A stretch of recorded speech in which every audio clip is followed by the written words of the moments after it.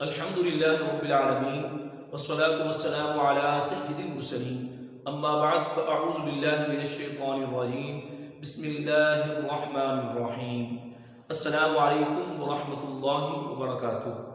عزیز طلبہ، سورۃ الاحزاب رکوع نمبر 4 یہ ہم پڑھ رہے ہیں، اس کا ایک حصہ ہم پڑھ چکے ہیں۔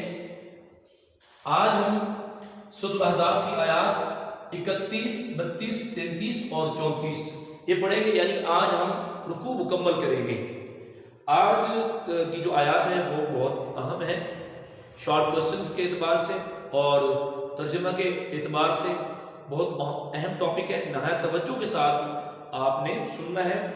بک نکالیں اور یہ دیکھیے آیت نمبر 31، یہاں سے ہم پڑھنے جا رہے ہیں۔ بسم اللہ الرحمن الرحیم۔ آیت نمبر 31 میں اللہ رب العزت نے ازواج مطہرات کے بارے میں فرمایا کہ ان میں جو نیک عمل کرنے والیاں ہیں، اللہ اور اس کے رسول کی فرما برداری کرنے والیاں ہیں، اللہ تبارک و تعالیٰ نے ان کے لیے اجر و ثواب بھی دگنا رکھا ہے۔ جیسے کہ پچھلی آیت میں کہا گیا کہ اگر کوئی ایسا عمل وہ کرے گی جو حضور کو پسند نہیں ہوگا تو اس پر سزا دگنی ہے، تو یہاں فرمایا گیا اگر وہ فرما برداری کرے گی تو فرما برداری کی صورت میں اجر و ثواب بھی دگنا ہے، اور ان کے لیے اللہ رب العزت نے عزت والا رزق تیار کر رکھا ہے۔ آئیے اس آیت کو پڑھتے ہیں۔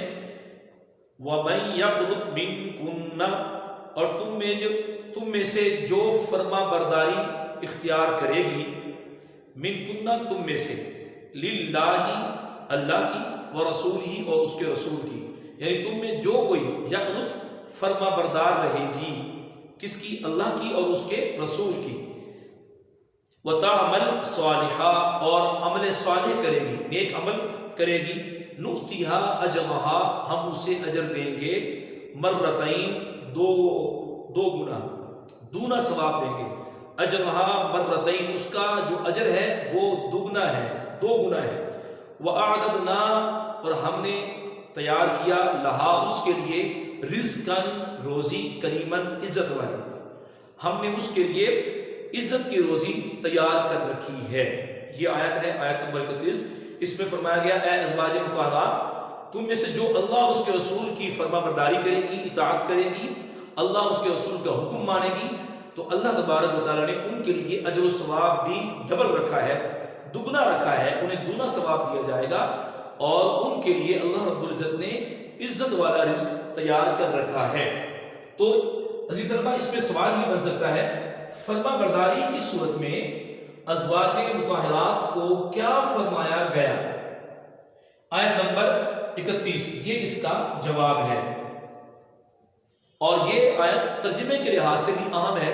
4 نمبر کے ترجمے میں یہ پیپر میں یہ آیت پوچھی جا سکتی ہے، بلکہ آپ جو پریویس پیپر دیکھیں گے اس میں یہ آیت کئی مرتبہ پوچھی جا چکی ہے، تو اس کو آپ اچھی طرح تیار کر لیں گے۔ اس کے بعد جو اگلی آیات ہیں، ان آیات میں ازواج مطہرات کے لیے خصوصی احکام بیان ہوئے، چند خصوصی احکام اللہ رب العزت نے بیان فرمائے، یہ ہم پڑھنے جا رہے ہیں۔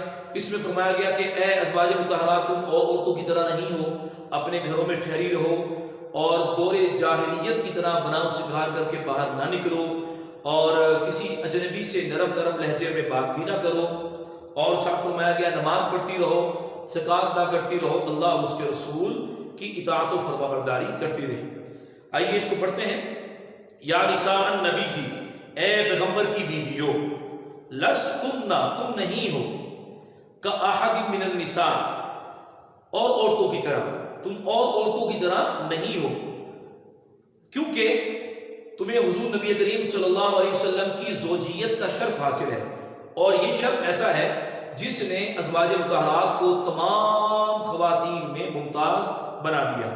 یہ مرتبے اور رتبے کے لحاظ سے، فضیلت کے لحاظ سے سب سے افضل ہے، یہ اور عورتوں میں کی طرح نہیں ہے، کوئی اور عورت وہ ان کی برابری نہیں کر سکتی۔ مقام و مرتبے میں ازواج مطہرات سب سے بڑھ کر ہیں۔ یہ مقام و مرتبہ کس سبب سے ہے؟ یہ حضور نبی کریم صلی اللہ علیہ وسلم کی نسبت کی وجہ سے ہے، آپ سے تعلق کی وجہ سے ہے۔ ان اتقیتن، اگر تم پرہیزگار رہنا چاہتی ہو، فلا تخضعن بالقول، تو نرم نرم باتیں نہ کرو، نرم لہجے میں باتیں نہ کرو، ایسا انداز کہ جس میں کوئی نرمی کا پہلو ہو، کسی اجنبی کے ساتھ نرم انداز میں گفتگو نہ کرو۔ فَيَطْمَعَ الَّذِي فِي قَلْبِهِ مَرَضٌ، تاکہ وہ شخص جس کے دل میں کسی قسم کا مرض ہے کوئی لالچ پیدا نہ کرے، کوئی امید پیدا نہ کر لے۔ فَيَطْمَعَ، تاکہ وہ طمع پیدا نہ کرے، الَّذِي فِي قَلْبِهِ مَرَضٌ، کہ وہ شخص جس کے دل میں کسی قسم کا مرض ہے۔ یعنی کہا گیا کہ ایسے انداز میں نہ بولو کہ کوئی اس سے غلط فہمی میں مبتلا ہو، غلط فہمی کا شکار ہو۔ وَقُلْنَا قَوْلًا مَعْرُوفًا، اور دستور کے مطابق بات کیا کرو۔ قُلْنَا، کہتی رہو، قولاً، بات، معروفاً، دستور کے مطابق، یعنی جو ایک طریقہ ہے بات کرنے کا، سنجیدگی کے ساتھ، متانت کے ساتھ اور روب کے ساتھ ان سے بات کرو۔ ایسا انداز نہ اپنائیں جس سے کسی کے دل میں کوئی غلط فہمی پیدا ہونے کا اندیشہ ہو۔ اور فرمایا گیا وَقَرْنَ فِي بُيُوتِكُنَّ، قرنا ٹھہری رہو، فی بیوتکن، اپنے گھروں میں، بیت کی جمع بیوت ہے، اپنے گھروں میں ٹھہری رہو۔ ولا تبرجنا، اور زینت نہ دکھاؤ، تبرجا، زینت، جاہلیت الاولی، دور جاہلیت، جو جاہلیت اولا تھا، حضور نبی کریم صلی اللہ علیہ وسلم کی بعثت سے پہلے جو جاہلیت کا زمانہ، اس میں عورتیں بن سور کر جو باہر نکلتی تھیں، فرمایا گیا اس طرح آپ لوگوں نے نہیں کرنا، جس طرح پہلے جاہلیت کے دنوں میں اظہار تجمل کرتی تھی اس طرح زینت نہ دکھاؤ، جیسے پہلے بن سور کر عورتیں نکلتی تھیں۔ اے ازواج مطہرات، تم نے ایسا نہیں کرنا۔ ولا تبرجنا تبرج الجاہلیت الاولی، دور جاہلیت کی طرح بناؤ سنگھار کر کے اپنے گھروں کے باہر نہیں نکلنا۔ وَأَقِمْنَا الصَّلَاةَ، اور نماز پڑھتی رہو۔ وَآتِينَا الزَّكَاةَ، اور زکوٰۃ دیتی رہو۔ وَأَطِيعْنَا اللَّهَ وَرَسُولَهُ، اور خدا اور اس کے رسول کی اطاعت کرتی رہو، فرما برداری کرتی رہو۔ پیارے بچوں، یہاں تک آپ یہ نشانات لگا لیں، فرما برداری کرتی رہو۔ جہاں سے ہم نے سبق شروع کیا، اے پیغمبر کی بیویوں تم اور عورتوں کی طرح نہیں ہو، یہاں سے لے کر اور فرما برداری کرتی رہو یہاں تک، یہ ہے اس سوال کا جواب ازواج مطہرات کو کن احکام کی تلقین کی گئی ہے۔ یہ شارٹ کوسچن نمبر 2 ہے ایکسرسائز کا۔ ایکسرسائز دیکھیں، اس میں شارٹ کوسچن پڑھیے آپ۔ ان آیات میں اللہ تعالیٰ نے رسول اللہ صلی اللہ علیہ وسلم کی ازواج مطہرات کو کن احکام و آداب کی تلقین فرمائی ہے، وہ احکام و آداب یہ آیت نمبر 32 اور 33 میں سکھائے گئے ہیں۔ پہلی بات کیا کی گئی؟ اے پیغمبر کی بیویوں تم اور عورتوں کی طرح نہیں ہو، اور کہا گیا کہ اللہ سے ڈرتی رہو، اور فرمایا گیا کہ نرم لہجے میں کسی سے بات نہ کرو اور دستور کے مطابق بات کرو، اور اس کے بعد فرمایا گیا کہ اپنے گھروں میں ٹھہری رہو، اور اس کے بعد فرمایا گیا کہ دور جاہلیت کی طرح بناؤ سنگھار نہ کرو، اور نماز پڑھتی رہو، زکوٰۃ ادا کرتی رہو، اور اللہ اور اس کے رسول کی اطاعت کرتی رہو۔ اب دیکھیں، یہاں تک تو ہو گیا یہ سوال نمبر 2 کا آنسر۔ اس کے بعد جو آگے ہم پڑھنے جا رہے ہیں، یہ آیات اہل بیت اطہار کے بارے میں ہے۔ اہل بیت سے مراد کون لوگ ہیں؟ اہل بیت سے مراد حضور نبی کریم صلی اللہ علیہ وسلم کے گھر والے ہیں، آپ کی ازواج اور آپ کی اولاد۔ اہل بیت سے مراد کون ہے؟ حضور نبی کریم صلی اللہ علیہ وسلم کی ازواج اور آپ کی اولاد، اور خصوصاً جن کا ذکر ملتا ہے وہ حضور نبی کریم صلی اللہ علیہ وسلم، سیدہ فاطمہ الزہرا رضی اللہ تعالی عنہا، حضرت علی المرتضیٰ کرم اللہ تعالی وجہہ الکریم، اور امام حسن، امام حسین، ان کے بارے میں خصوصیت کے ساتھ احادیث موجود ہیں۔ لیکن جب یہ بات آئی کہ اہل بیت سے مراد کون لوگ ہیں، تو اہل بیت سے مراد حضور نبی کریم صلی اللہ علیہ وسلم کے گھر والے ہیں، جس میں ازواج بھی شامل ہیں اور آپ کی اولاد بھی شامل ہے۔ اب یہ آیات پڑھتے ہیں ہم۔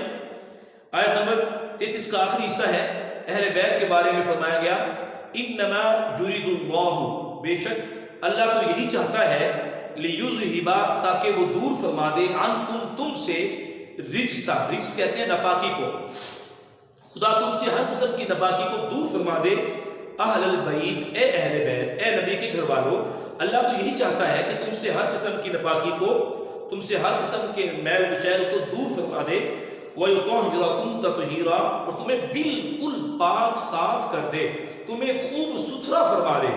یہ یہاں اہل بیت اطہار کی عظمت و شان معلوم ہوتی ہے کہ حضور نبی کریم صلی اللہ علیہ وسلم کے گھر والے جو ہیں کتنی عظمت کے مالک ہیں۔